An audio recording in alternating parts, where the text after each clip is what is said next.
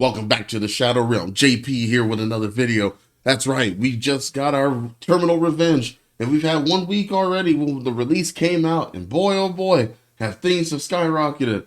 I've been watching over the week where they're having case tournaments and other deck profiles, and I have to say there's a new meta in town, which means Snake Eyes, look out. In my opinion right now, I definitely have to say the meta is changing, and there are already some good cards that we definitely want to go ahead and change in our strategies moving forward.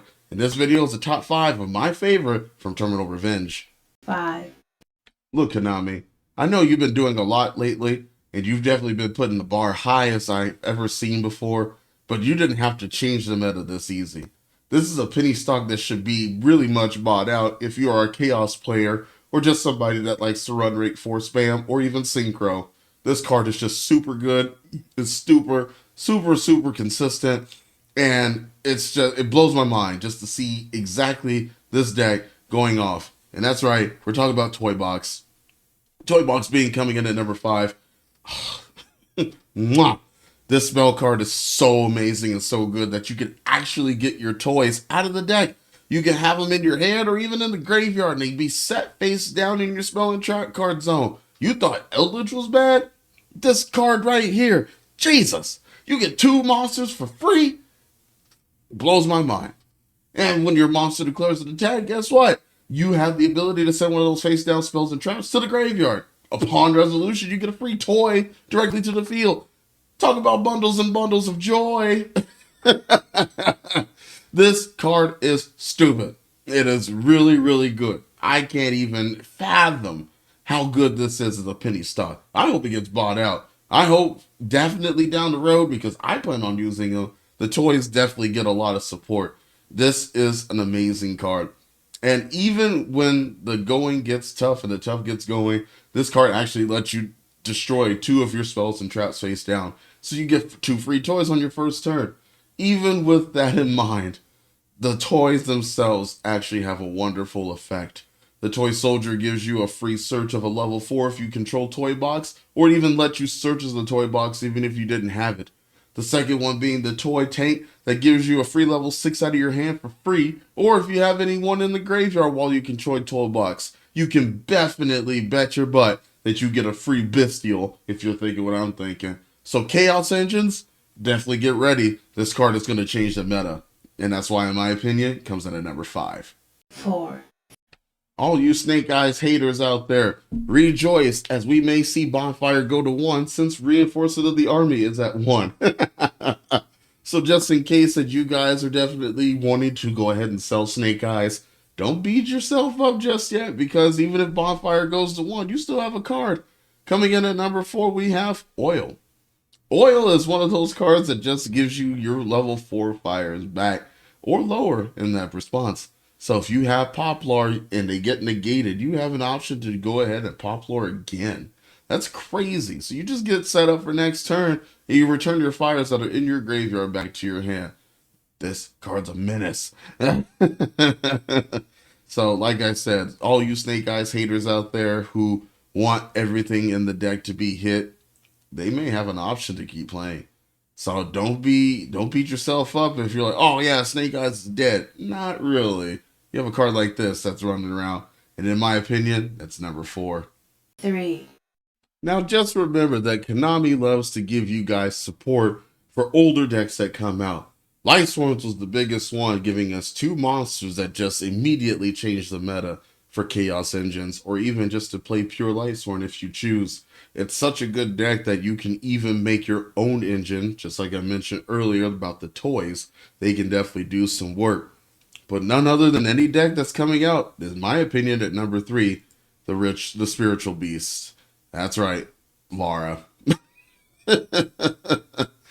Laura. Everybody's going to be talking about you, girl, because it is just super good. I can't even fathom. You get an additional normal summon. You get a free special summon. Oh, it's just all around an all-time favorite. A 1-for-1 target, an emergency teleport target. It's great. I can't say nothing about this girl. This girl is just really good. Even in graveyard effect, it gets banished, and you can do just multiple combos with this girl. Having it at 3 is just definitely special for the Ritual Beast and the Spiritual Beast. It definitely does some work. I have to say that one of my friends actually from Sun Valley Gaming was playing the Spiritual Beast, and he says it was really, really fun. So I have to say that this might be the best meta changer, other than like certain decks that just came out recently that might put other decks to shame. So getting ready into the new 2024, I should say 2025 area of regionals once Worlds is over, this deck might be a heavy contender. So that's why, in my opinion, it's number 3.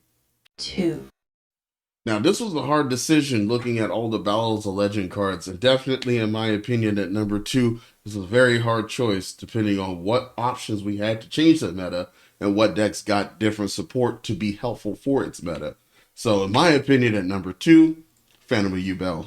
It was a very hard choice, like I said. It's my favorite card in the whole wide world. I love Ubel to death, especially when it comes to monster negation. This actually changes the monster negate into a destroy a Ubel in the deck. So it's very, very helpful. So in my opinion, I think having this at number 2 could have been number 1 very easy, but it's not all there yet because it can't be used as fusion material, number 1. And number 2, basically, you got to find a way to recycle it if you're going to play multiple copies, more than 3, at that point. You remember, you can only run 3 in the deck, but you have Recycle Engine to put it back into the deck somehow, one way or another. The only thing I can think of right now, in my opinion, is if you do run the Lightsworn build, run the Medora and the Keldo. Each one of these cards can return up to 3 cards in either graveyard back into its respective deck, whether it be the extra deck or the main deck. So at least in that opinion, you can actually run multiple copies of Phantom of Nightmare. Or sorry, Phantom of Ubel, not Phantom of Nightmare. That's an older set. But this girl right here, definitely, I would say, is a very heavy contender, and it's still really good. Number 2 is where you're going to be. 1, Now, I know what you guys are thinking. Number 1 is going to be the Dragon Master Magia. Wrong. It's Life Hack. Life Hack is by far one of the best spells I've read so far in this game that could be a very heavy game changer, especially the fact that it is a ingenious way to go ahead and end your opponent in time. And what I mean by this is basically you target a monster on your field and any battle damage is halved. But at that same time, if it is your opponent's life points, it's going to increase its attack by that amount.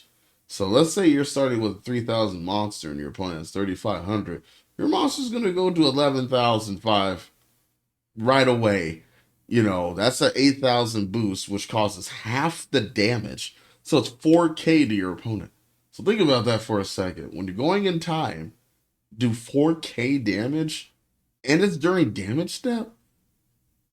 Since honest, when were you going to run any damage step cards? You know what I mean?